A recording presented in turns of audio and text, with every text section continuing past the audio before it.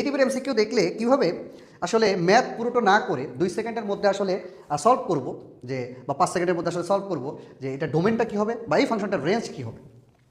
তো আমরা শুরু করি। প্রথম আমাদের যে ম্যাথটা দেওয়া আছে সেটা হচ্ছে কি F of X equals to 2x plus 3 divided by 4x plus 5 হলে এই ফাংশনটার ডোমেন কত এবং এই ফাংশনটার রেঞ্জ কত।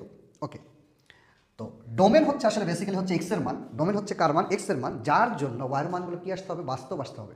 তার মানে তুমি এই ফাংশনে এক্সের যেই মানগুলো বসানোর পরে ওয়াইয়ের মানটা মানে এফ অফ এক্সের মানটা বাস্তব আসবে, সেই মানগুলোই হচ্ছে কি ডোমেন।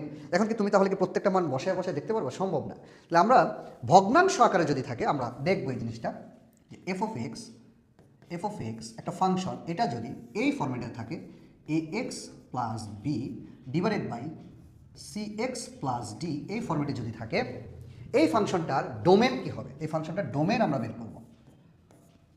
এই ফাংশনটার ডোমেন আমরা বের করব। ডোমেন কি হবে? তো মাথায় রাখবো, ডোমেন যদি ভগ্নাংশ আকারে থাকে, ভগ্নাংশ আকারে থাকলে এই ক্ষেত্রে আমাদের ডোমেন হবে বা ডোমেন নির্ণয়ের টেকনিকটা হচ্ছে নিচে এটা হচ্ছে আমাদের কি হর, এটা হচ্ছে কি আমাদের হর, হর নট ইকুয়ালস টু 0 হইতে হবে। হর নট ইকুয়ালস টু 0।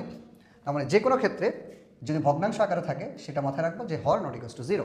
তাহলে আমাদের এখানে কি আছে? C x plus D not equals to 0, তাহলে বা এক্স ইকুয়ালস টু আসলে কি minus D by C. X equals to কি মাইনাস ডি বাই সি। তার মানে ডোমেন হচ্ছে, এই ফাংশনটা ডোমেন হচ্ছে সকল বাস্তব সংখ্যা শুধুমাত্র কি ব্যতীত?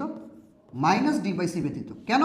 কারণ মাইনাস ডি বাই সি বসাইলে নিচে এই ফাংশনটা কী হয়ে যায়? 0 হয়ে যায়। নিচের এই অংশটুকু কী হয়ে যায়? 0। আর সামথিং বাই 0 মানে কি চলে আসে? অসংজ্ঞায়িত চলে আসে। তার মানে এই মাইনাস ডি বাই সি বাদে তুমি যাই বসাও না কেন, এফ অফ এক্সের মানটা কি আসবে? বাস্তব। তাহলে আমরা সবসময় মনে রাখবো এই ফর্মেটটা, a x plus b divided by C x plus d যদি হয়, তাই ফাংশনটার ডোমেন হচ্ছে সকল বাস্তব সংখ্যা এক্সেপ্ট কি ব্যতীত? মাইনাস ডি বাই সি ব্যতীত।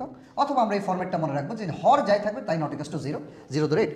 আর রেঞ্জটা কি হবে? আচ্ছা, আরেকটা জিনিস, স্যাররা মাঝে মধ্যে এরকম এমসিকিউতে এরকমও দিয়ে দেয়, আমরা এটাও মাথায় রাখবো, x such that x belongs to R, যেখানে এক্স হচ্ছে সকল বাস্তব সংখ্যা শুধুমাত্র কি ব্যতীত? মাইনাস ডি বাই সি ব্যতীত। তো এটাও আমাদের এমসিকিউতে মাঝে মধ্যে অপশনে থাকে। তো এটা হচ্ছে এবং এটা, এই দুইটার যে কোনো একটা দিলেই আমাদের হবে। এখন এমসিকিউতে যেটা থাকবে তার উপরে ডিপেন্ড করে আমরা এমসিকিউর উত্তরটা দিব।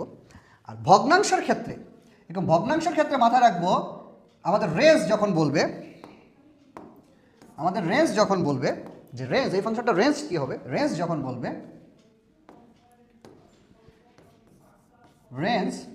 রেঞ্জটা কি হবে আসলে? রেঞ্জ যখন বলবে আমরা রেঞ্জটা কীভাবে বের করবো? রেঞ্জটা বের করার টেকনিক হচ্ছে, রেঞ্জ হচ্ছে সকল বাস্তব সংখ্যা